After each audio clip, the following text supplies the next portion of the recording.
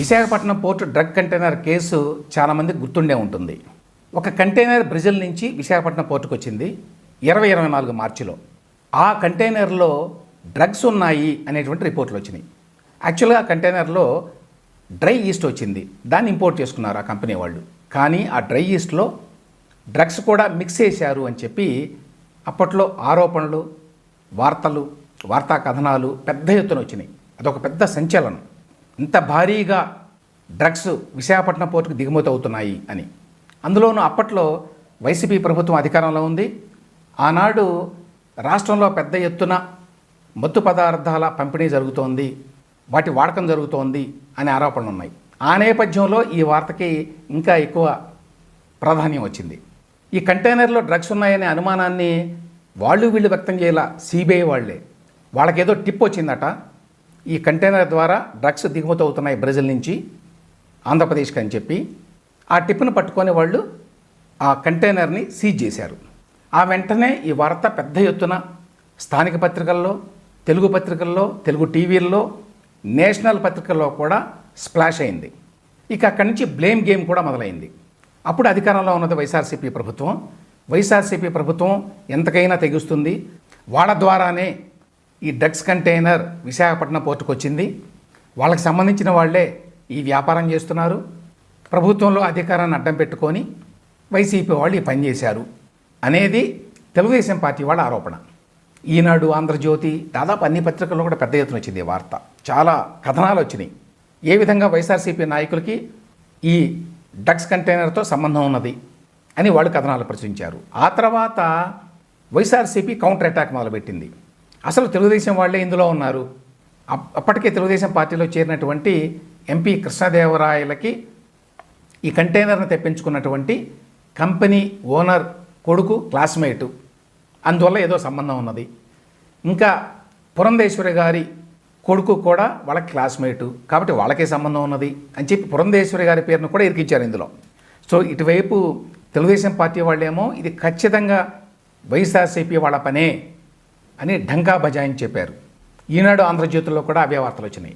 మరొక వైపున వైఎస్ఆర్సీపీ వాళ్ళేమో తెలుగుదేశం పార్టీ వాళ్ళే దీన్ని వెనుకున్నారు, పురంధేశ్వరి గారికి నేరుగా సంబంధం ఉంది అని చెప్పి ఇట్లా రకరకాల కథనాలని ఆ సాక్షి పత్రికలో, సాక్షి టీవీలో వేశారు. ఇప్పుడు ఆ కంటైనర్ కేసులో అసలు విషయం బయటకు వచ్చింది. అదేమిటంటే ఈ కంటైనర్లో డ్రగ్స్ లేవు అని సిబిఐ వారు తేల్చారు. కంటైనర్లో ఉన్నది డ్రై ఈస్ట్ మాత్రమే అని కూడా తేల్చారు. ఈ మేరకు వాళ్ళు విశాఖపట్నం కోర్టులో ఒక మెమో కూడా దాఖలు చేశారు. ఈ సమాచారాన్ని వాళ్ళు విశాఖపట్నం కస్టమ్స్ వాళ్ళకు కూడా చెప్పారు. కాబట్టి కస్టమ్స్ వాళ్ళు ఇప్పుడు కంటైనర్ని రిలీజ్ కూడా చేశారు. రిలీజ్ చేసి వారం అయింది. అంటే మొత్తం కథ అంతా కూడా ఎలా తుస్సుమందో చూడండి. ఇక్కడ నేను చెప్పవలసిన విషయం ఒకటి ఉంది. అదేంటంటే ఈ అంశం మీద నేను 2024 మార్చిలోనే ఈ వార్త వచ్చినప్పుడే ఒక వీడియో చేశాను. ఆ వీడియోలో స్పష్టంగా నేను ఇవన్నీ ఆరోపణలే, ఇందులో వాస్తవం ఉన్నట్టుగా తోచటం లేదు. ఇటు వైఎస్ఆర్సీపీ వాళ్ళు టీడీపీ వాళ్ళు పెద్ద ఎత్తున వైఎస్ఆర్సీపీని బ్లేమ్ చేశారు. ఇందుకోసం రకరకాల కథలు అల్లారు.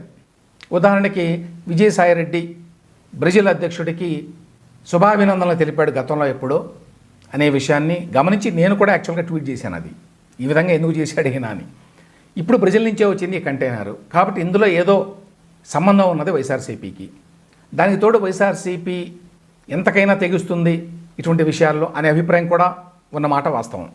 మరో పక్కన వైఎస్ఆర్సీపీ వాళ్ళు పెద్ద ఎత్తున చేసిన ప్రచారం వల్ల టీడీపీలో ఉన్న కొద్ది మందికి దీంతో సంబంధం ఉన్నది అనే వార్తలు కూడా వచ్చినాయి. అయితే వీటిల్లో ఎక్కడా కూడా పస ఉన్నట్టుగా కనిపించడం లేదు అని చెప్పి నేను నా వీడియోలో చేశాను. అప్పుడు వచ్చిన వార్తలన్నింటినీ నిశితంగా పరిశీలిస్తే, లోతుగా పరిశీలిస్తే ఇక్కడేదో డ్రగ్స్ ఆల్రెడీ మిక్స్ అయినట్టుగా మనం ఒక కంక్లూజన్కి రావడానికి వీల్లేదు. కొంత ఏదో టెస్ట్ చేసి శాంపుల్స్ ఇందులో ఉండే అవకాశం ఉంది అని చెప్తున్నారు. అయితే మళ్ళీ చాలామంది ఏం చెప్తున్నారంటే అలా మీరు పైన టెస్ట్ చేస్తే డ్రై ఈస్ట్లో డ్రగ్స్ ఉన్నట్టుగా రిజల్ట్ వచ్చేటువంటి అవకాశాలు కూడా ఉన్నాయి. వీటన్నిటిని దృష్టిలో పెట్టుకొని ఇందులో ఏదో పెద్ద సంచలనాత్మక ఘటన జరిగింది, ఈ డ్రై ఈస్ట్లో 1000 కిలోల డ్రగ్స్ని మిక్స్ చేశారు, కొన్ని వేల కోట్ల రూపాయల బిజినెస్ జరుగుతుంది దీని మీద లాంటి మాట్లాడడం కరెక్ట్ కాదు. ఇందులో అనుమానం తప్ప ఇప్పటిదాకా వాస్తవాలేమీ బయటపడలేదు.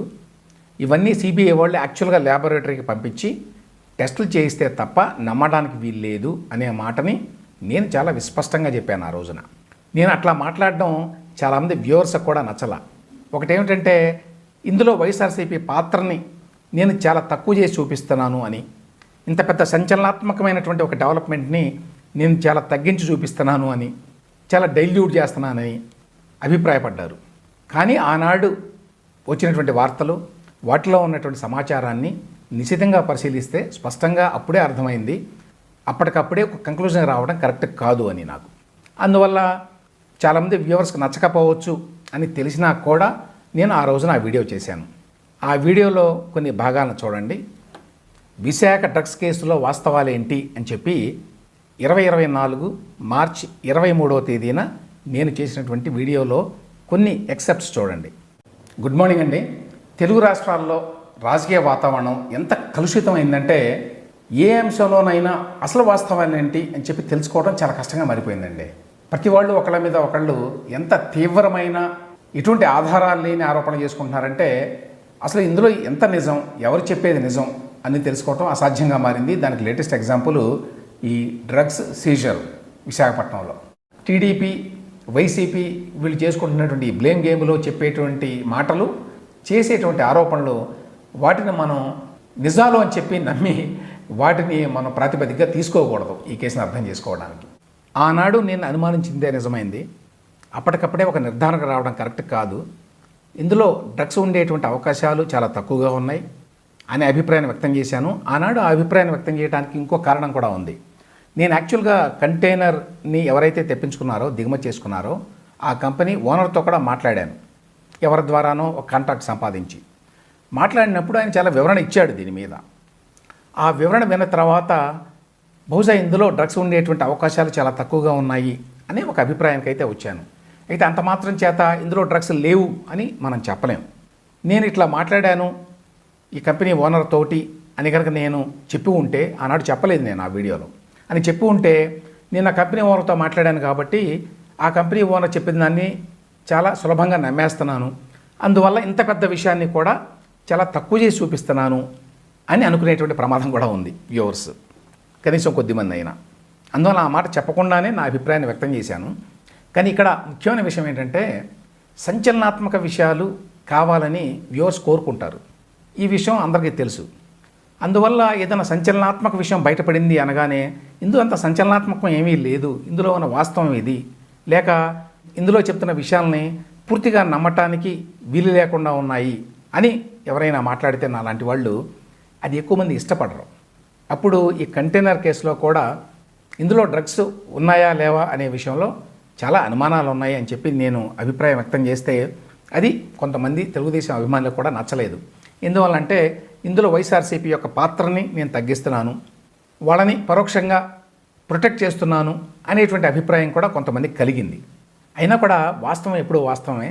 ఇప్పుడు చివరికి 8.5 నెలల తర్వాత సిబిఐ వాళ్ళు ఈ కంటైనర్లో డ్రగ్స్ ఏమీ లేవు అని చెప్పారు. అయితే ఇక్కడ ఒక విషయం ఏంటంటే ఈ విషయం కనుక్కోవడానికి సిబిఐ వారికి 8.5 months ఎందుకు పట్టింది? ఇది ఏ వారం 10 రోజుల్లోనే చేయవచ్చు. టెస్ట్ చేయడం అనేది అంత పెద్ద విషయం ఏమీ కాదు. మరి ఎంత బ్యూరోక్రాటిక్ డిలే జరిగింది ఇందులో. మరి ఏమీ డ్రగ్స్ లేకపోతే ఆ యజమానికి ఎంత నష్టం జరిగినట్టు. మళ్ళీ ఇందులో కొన్ని కుట్ర థియరీలు రావచ్చు. అంటే సిబిఐ వాళ్ళకో మరెవరికో డబ్బులు ఇచ్చి లంచం చెల్లించి ఈ కేసులోంచి బయటపడ్డారు అనేటువంటి అనుమానాలు కూడా ఉంటాయి. వాటిని పూర్తిగా తోసేయలేం, మన దేశంలో జరిగేటువంటి సంఘటనలు అందరికీ తెలుసు కాబట్టి. కానీ వేల కిలోలు డ్రగ్స్ని దిగుమతి చేసుకోవటం అనేది అంత తేలికైన పని కాదు అనే విషయాన్ని కూడా గుర్తించాలి. ఆ నేపథ్యంలోనే ఇంత పెద్ద కంటైనర్లో డ్రగ్స్ ఉండేటువంటి అవకాశం లేదు అనేటువంటి అభిప్రాయాన్ని వ్యక్తం చేశాను. కానీ మన దేశంలో అసలు ఇటువంటివి జరగవు, లంచాలిచ్చి దేన్నైనా తారుమారు చెయ్యరు అనేటువంటి అమాయకత్వం లేదు నాకు. కానీ అట్లా అని చెప్పి ప్రతి దాంట్లో కూడా కుట్రకోణాన్ని, ప్రతి దాంట్లో కూడా లేని సంచలనాన్ని చూడాల్సిన అవసరం లేదు అనేది నా భావన.